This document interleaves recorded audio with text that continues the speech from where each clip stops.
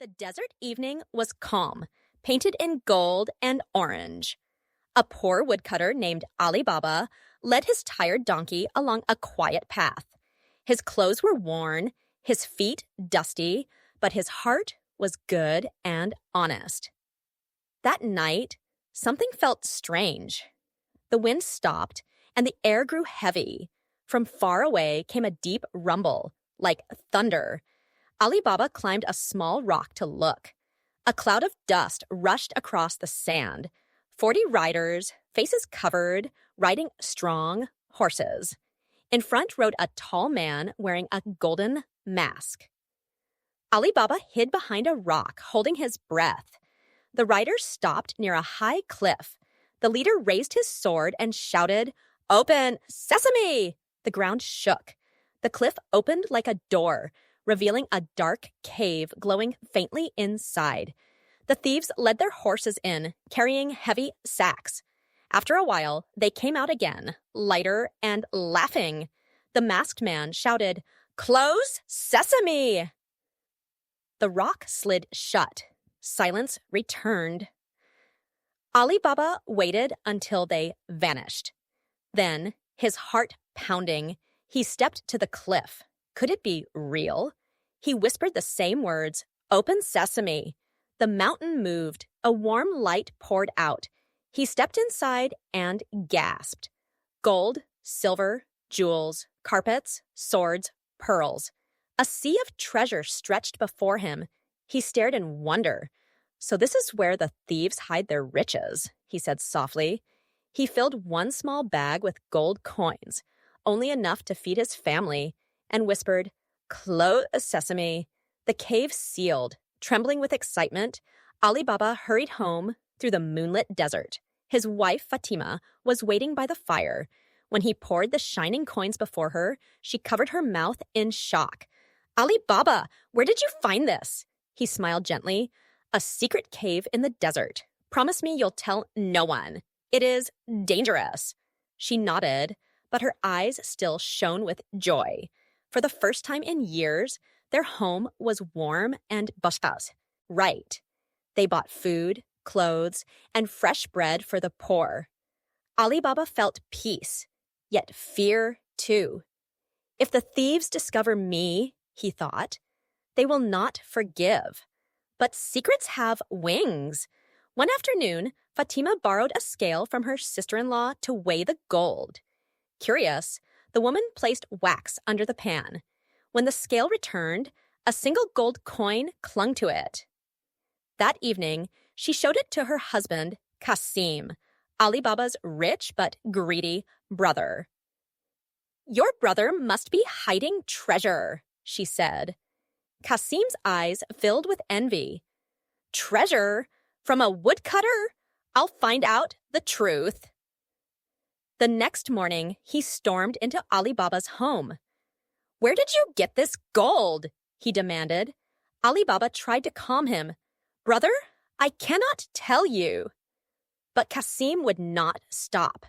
He shouted, threatened, and begged until Ali Baba finally told him about the thieves, the cave, and the magic words. Kasim listened, pretending to be thankful, but greed burned inside him. As he left, he whispered, "Open sesame, close sesame. Soon, all that gold will be mine." That night, the desert was still. The moon shone on the rocky mountain, waiting for footsteps that would change everything. Early the next morning, the desert air was cool and still. Kasim, Ali Baba's rich but greedy brother, saddled his horse in secret. His eyes gleamed with excitement and greed. "Why should my poor brother have such treasure?" he muttered. "All of it should be mine." He rode toward the mountain Ali Baba had described, repeating the words again and again in his mind. "Open sesame, open sesame." At last, he found the cliff. His voice trembled as he shouted, "Open sesame!" The rock groaned and slid open. Inside, the cave shone with gold and jewels, brighter than sunlight. Kasim laughed loudly. "It's true, all mine." He rushed inside and began to fill bag after bag. Gold coins, silver plates, glowing gems. His hands shook with greed. When he could carry no more, he turned toward the door. But his greedy joy turned quickly to fear. He froze. What were the words again? Open, barley, wheat, rice? He guessed. The cave did not move. He tried again and again, shouting different words until his voice grew hoarse. The door stayed shut. Panic filled his chest. Outside, the desert trembled with the sound of approaching hooves. Kasim's heart sank. The 40 thieves were returning. The cave door opened suddenly, and torchlight filled the space. The man in the golden mask stepped forward. His cold voice echoed. Who dares enter our secret cave? Kasim fell to his knees. Mercy! I was lost! I meant no harm! The leader's eyes burned behind the mask. No one who finds this cave leaves alive. By the time the sun rose, the cave was silent again. The thieves rode away, leaving only the echo of hooves in the wind. Back in town, Ali Baba waited for his brother all day. When Kasim didn't return by nightfall, worry filled his heart. Something is wrong, he told his wife.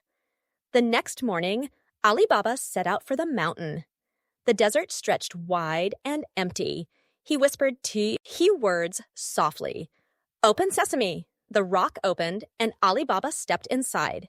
His breath caught in his throat. There, among the glittering gold, lay his brother. Tears filled his eyes. Oh, Kasim, your greed has taken you from us. Ali Baba buried his brother with the help of his loyal servant, Morgiana, a clever young woman with quick hands and a brave heart.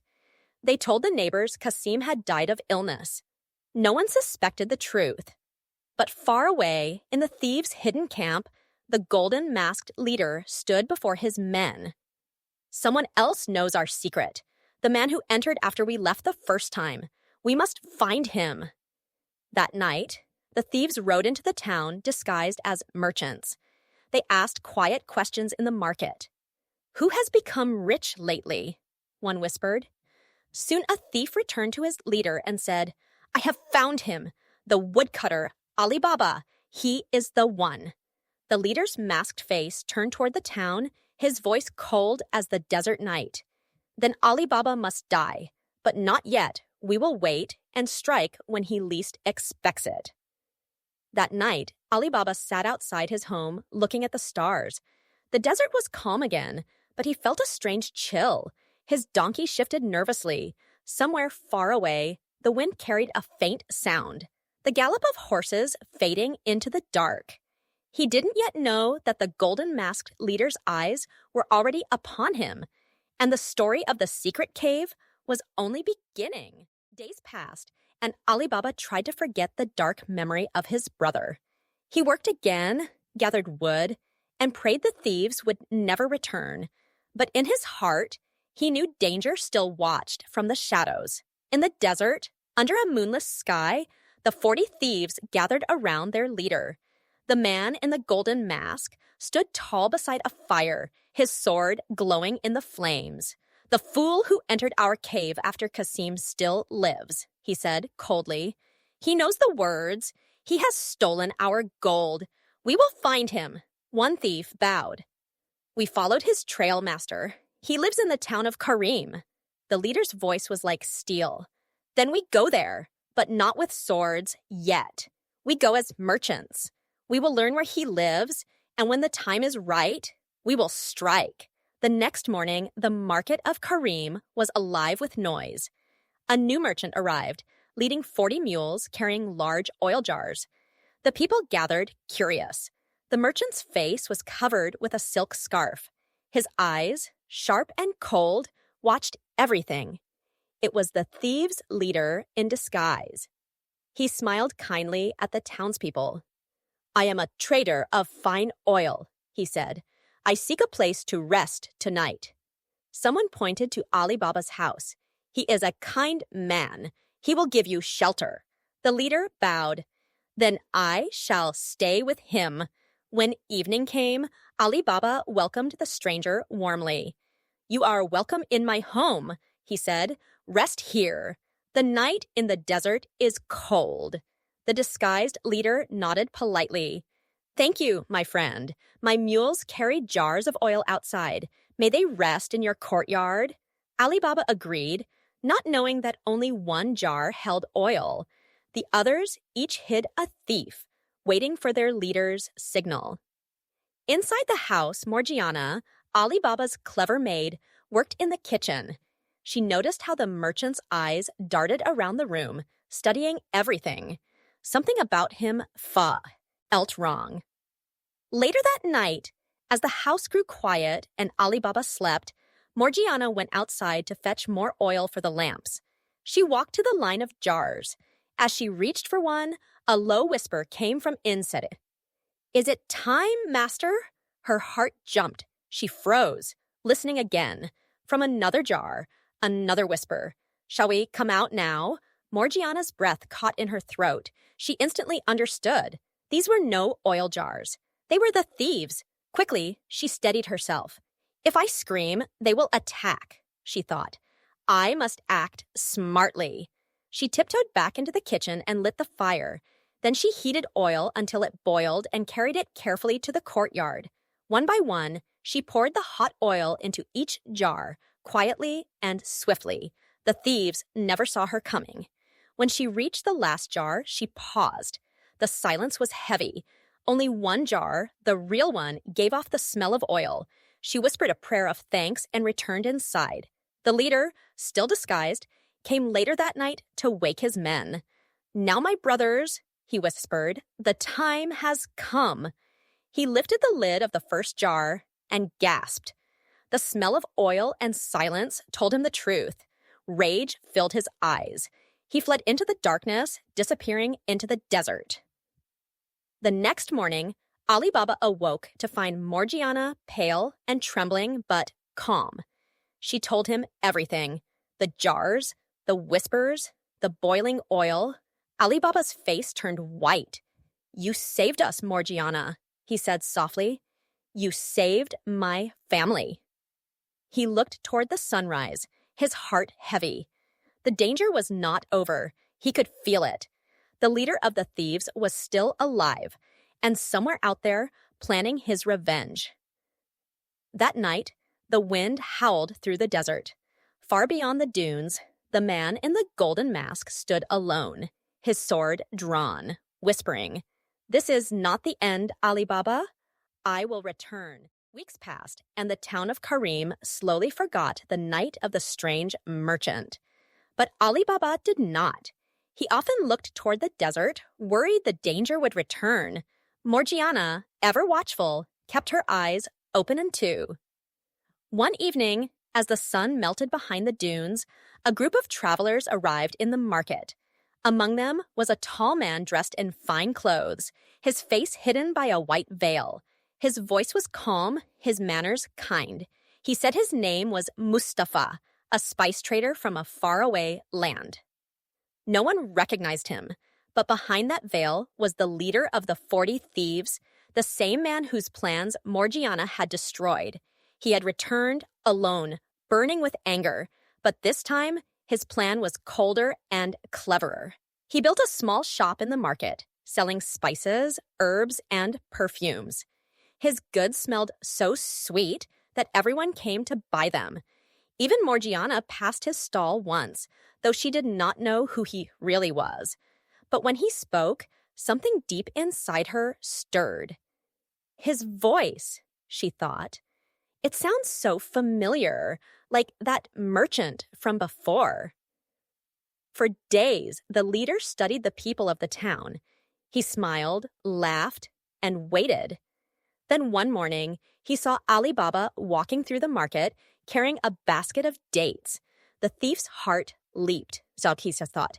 The fool still lives, and his maid, who ruined my men, lives too, but not for long. The next evening, the disguised thief visited Ali Baba's home. He brought fine gifts, spices, fruits, and a golden jar of honey.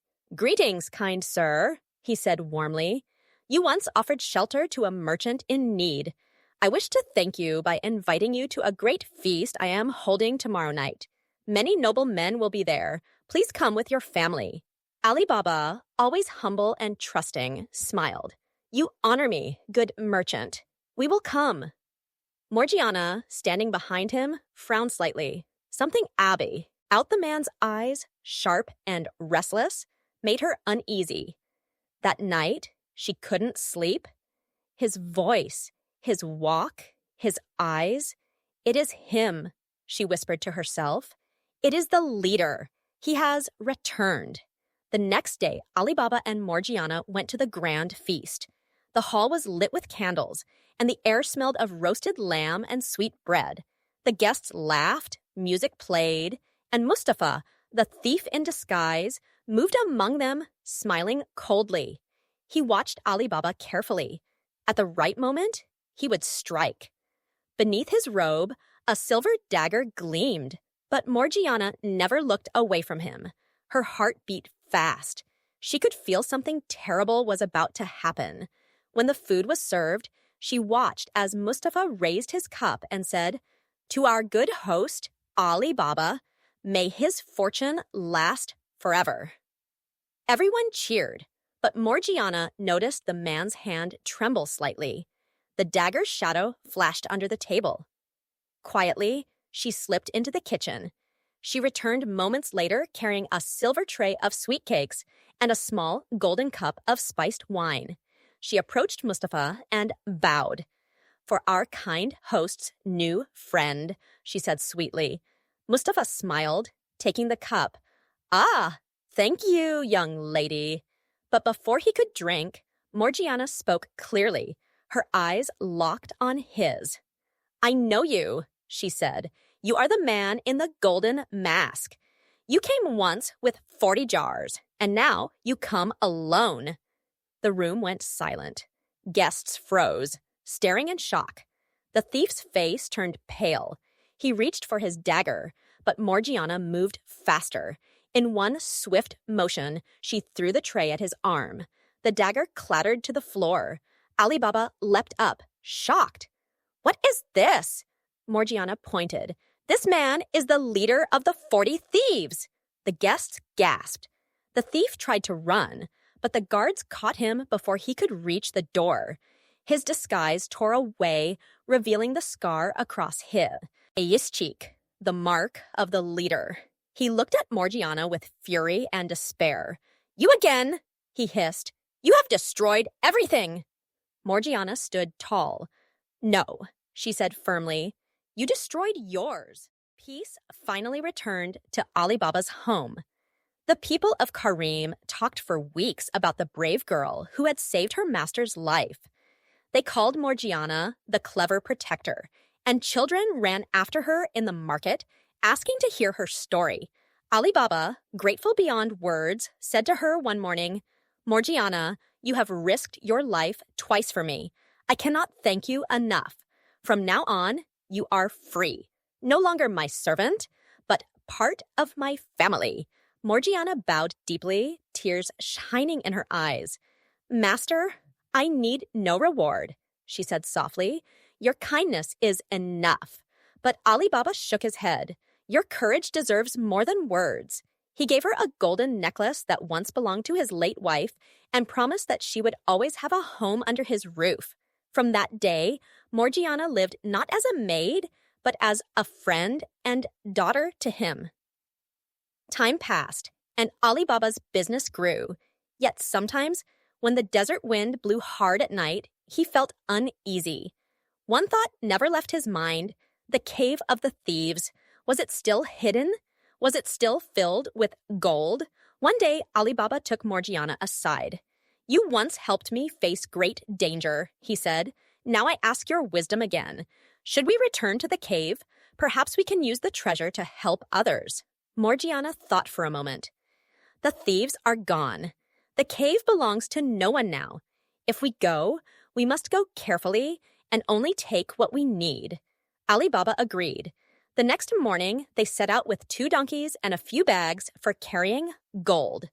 The desert was quiet, the air heavy with heat. At last, they reached the familiar cliff of rocks. The giant stone door stood before them, unchanged.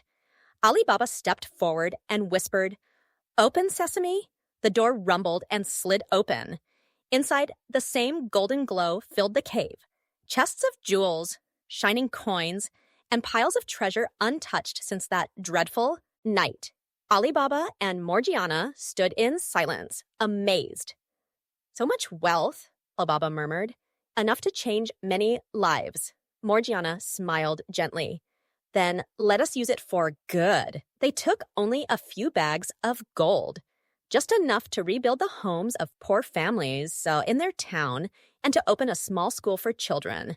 Ali Baba felt happier than ever before, not because of the gold, but because his fortune now brought others joy. But as they turned to leave, Morgiana noticed something at the back of the cave. A wooden chest, smaller than the rest, hidden behind a stone. It looked different, older. Curious, she opened it. Inside was a map and a small key made of silver. "What is this?" she whispered. Ali Baba looked at it closely. The map showed a faraway land beyond the desert, marked with strange symbols and one word written in red ink: the second cave. Ali Baba frowned. Could it be another treasure? Or another secret of the thieves? Morgiana folded the map carefully.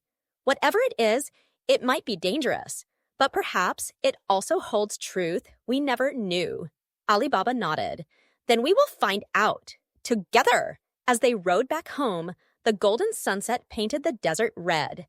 Morgiana held the map close, a strange feeling growing in her heart.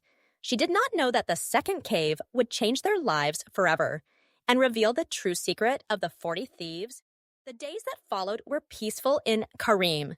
The poor now had food, children learned to read, and Ali Baba was loved by everyone.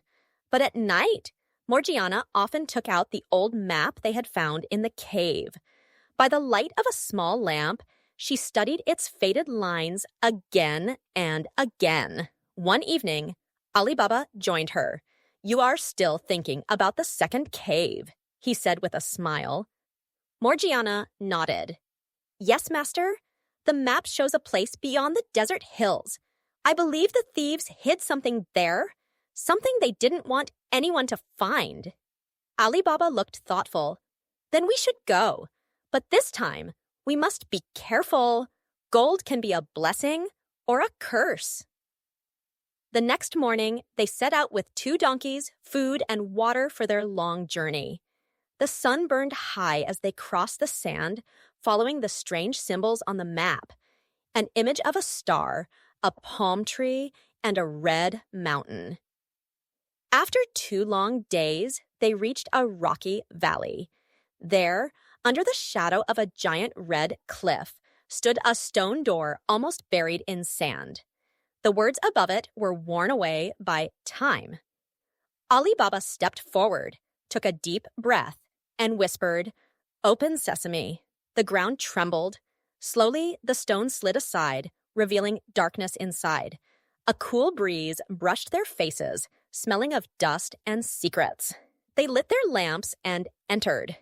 The second cave was different, smaller, older, and lined with strange carvings. In the middle stood a chest covered with a black cloth.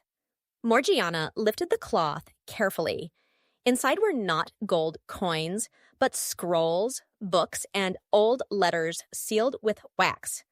Ali Baba opened one and read aloud, his voice echoing softly. "To those who find this, know that the 40 thieves were once protectors, not robbers. We guarded the treasures of kings from falling into cruel hands, but greed changed us. Our oath was broken." Ali Baba's eyes widened. "So they were once good men," he said. "But gold turned their hearts dark." Morgiana nodded slowly. Perhaps this was the true treasure, not gold, but knowledge. They searched further and found one more chest, locked tight. The silver key from the first cave fit perfectly. Inside lay a small crystal box with a glowing stone inside. It shimmered with light, even in the dark. Ali Baba whispered, "What is this?" A letter beside it read, "This stone is the heart of fortune. It shines only for those who are honest and kind. Protect it, for in the wrong hands, it will bring ruin." Morgiana held the stone gently.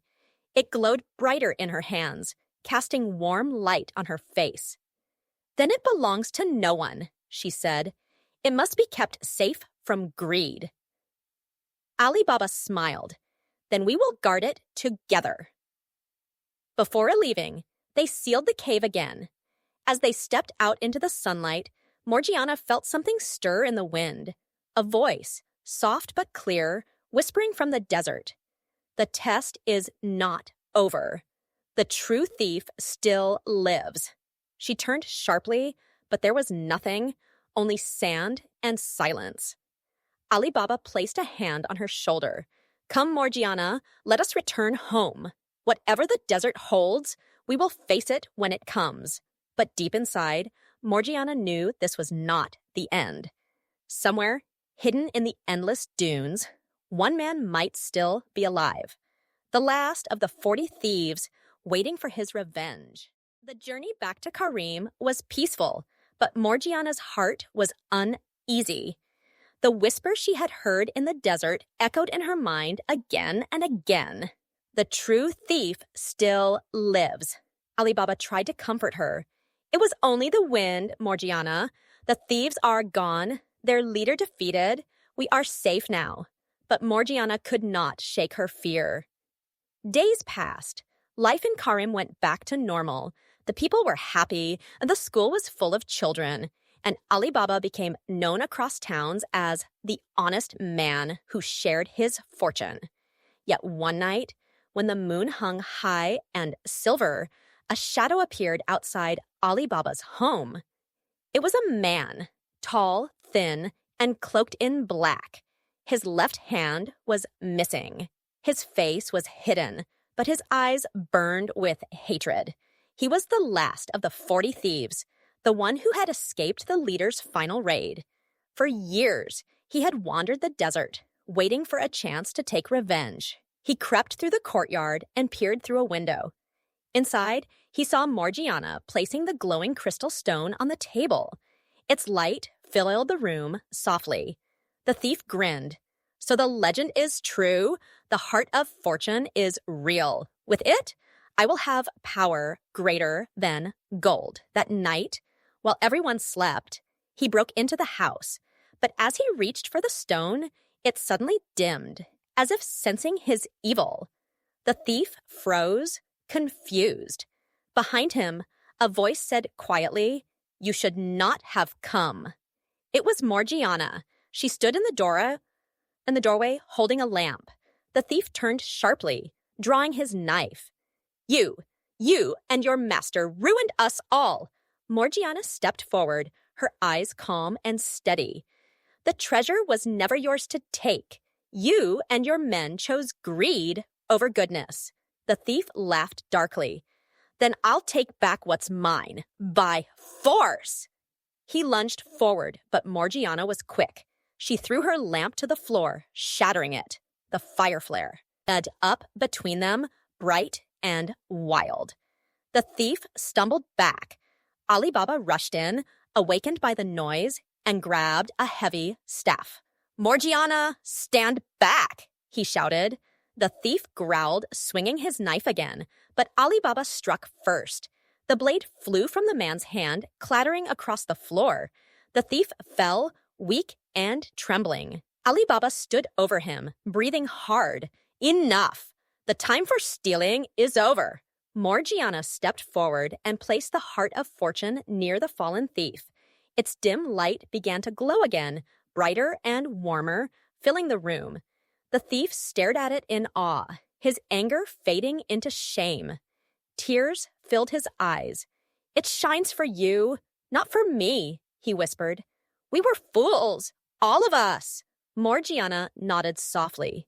The heart shines for those who choose kindness. It cannot be stolen. The thief lowered his head. Then I have nothing left. Ali Baba sighed. You have a chance to start again. Leave the gold. Leave revenge. Find peace. The man looked up, eyes wet. I will try. And he turned and walked into the night, vanishing into the desert. As dawn broke, the first light touched the glowing stone. Morgiana placed it inside a small wooden box and whispered, Let it sleep now. Ali Baba smiled gently. The thieves are gone, the treasure is safe, and the story is over. Morgiana looked toward the horizon, where the sun rose golden over the sands. No, she said softly, it's not over. It's only beginning. For every heart that chooses honesty and kindness, the true treasure lives on. And so, the tale of Ali Baba and the 40 Thieves ended, not with gold or power, but with wisdom and peace.